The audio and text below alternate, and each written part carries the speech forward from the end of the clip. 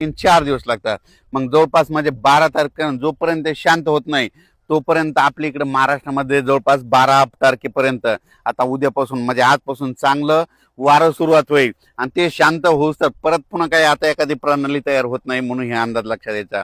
म्हणजे आता राज्यात मात्र उद्या 11 तारखेपासून सगळीकडे चांगलं हवामान कोरडं राहणार आहे म्हणून हे अंदाज लक्षात यायचा. फक्त 15, 16, 17च्या दरम्यान परत एकदा पावसाळी वातावरण तयार होईल, पण तो इतका पाऊस असा जोराचा पडणार नाही. फक्त तुरळक भागातच म्हणजे विखुरलेल्या स्वरूपाचा ते असणार आहे म्हणून हे अंदाज लक्षात यायचा. चांगल्या पावसासाठी जुलैच्या शेवटच्या आठवड्यापर्यंत वाट पाहावी लागणार आहे म्हणून हे अंदाज देखील सर्व शेतकऱ्यांनी लक्षात घ्यावा. सोशल मीडियातून काय व्हायला थोड्या अफवा पसरत आहेत की परत आता पाऊस येणार नाही. शेतकऱ्यांना घाबरू नका, पाऊस येणार आहे. जुलैच्या शेवटच्या आठवड्यात देखील असाच एकदम आता जसा पाऊस आला ते चांगला पाऊस येणार आहे. पण तुम्हाला एक सांगू इच्छितो 15, 16, 17च्या दरम्यान देखील थोडाफार पाऊस असणार आहे. म्हणून शेतकऱ्यांनी तुम्ही काय करा, आपण आपले शेतीचे कामे करून घ्या, तणनाशक मारून घ्या, कीटकनाशक मारून घ्या. कारण की पाऊस बिलकुल येणार आहे, दुष्काळ वगैरे काही पडणार नाही. त्याच्यानंतर आता जुलैच्या शेवटच्या आठवड्यात देखील एक चांगला मोठा पाऊस येईल. त्याचा व्हिडिओ आणखी 2-4 दिवसात देईल. पण तोपर्यंत शेतकऱ्यांनी घाबरून न जाता आपण आपल्या शेतीचे कामे करून घ्या, फवारण्या करून घ्या, डवरणी करून घ्या, वखरणी करून घ्या म्हणून हे सर्व शेतकऱ्याला सांगू इच्छितो.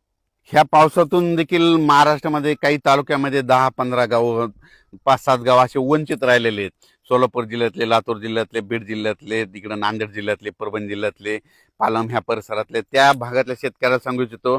आज देखील म्हणजे आज किती, आज 9 जुलै, 10 आणि 11 ह्या 3 दिवसात देखील काय होणार आहे, विखुरलेल्या स्वरूपाचा पाऊस पडणार तुम्हाला पडू शकतो म्हणून हे अंदाज लक्षात यायचा. आणि याच्यातून तुम्ही जरी वंचित राहिले तर परत पुन्हा काय होणार आहे, 15, 16, 17च्या दरम्यान एकदा थोडाफार पाऊस येणार आहे. ते मात्र ते पडून जाईल म्हणून शेतकऱ्यांनी हे देखील अंदाज लक्षात यायचा.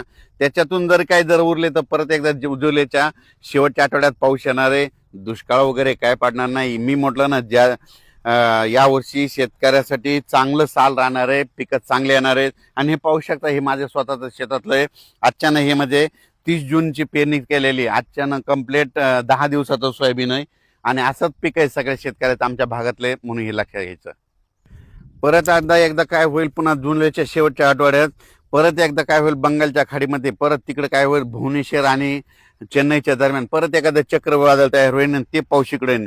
आपल्या महाराष्ट्राला यावर्षी काय होणार आहे, काही अर्ध्या भागाला पुरेपूर पाऊस येणार आहे. आणि मुंबईकडे काय होणार का, याच्यापर्यंत अहिल्यानगर पर्यंत अरबी समुद्राचा पाऊस येणार आहे. हे मग आपल्याला खालून पाऊस पुरेपूर येत असल्यामुळं यावर्षी चांगला पाऊस पडणार आहे. शेतकऱ्यांनी घाबरून न जाता आपण आपल्या पेरणीचं आपलं तयारी ठेवावं. पिकाचं संरक्षण करण्याची काळजी घेणे सगळ्यात महत्त्वाचं गरजेचं आहे. करायला विनंती, आपण आपलं कामं करत राहायचं. पावसाचं कामं करत राहतं म्हणून आपण आपल्या शेतीचे कामे करत राहावे. धन्यवाद.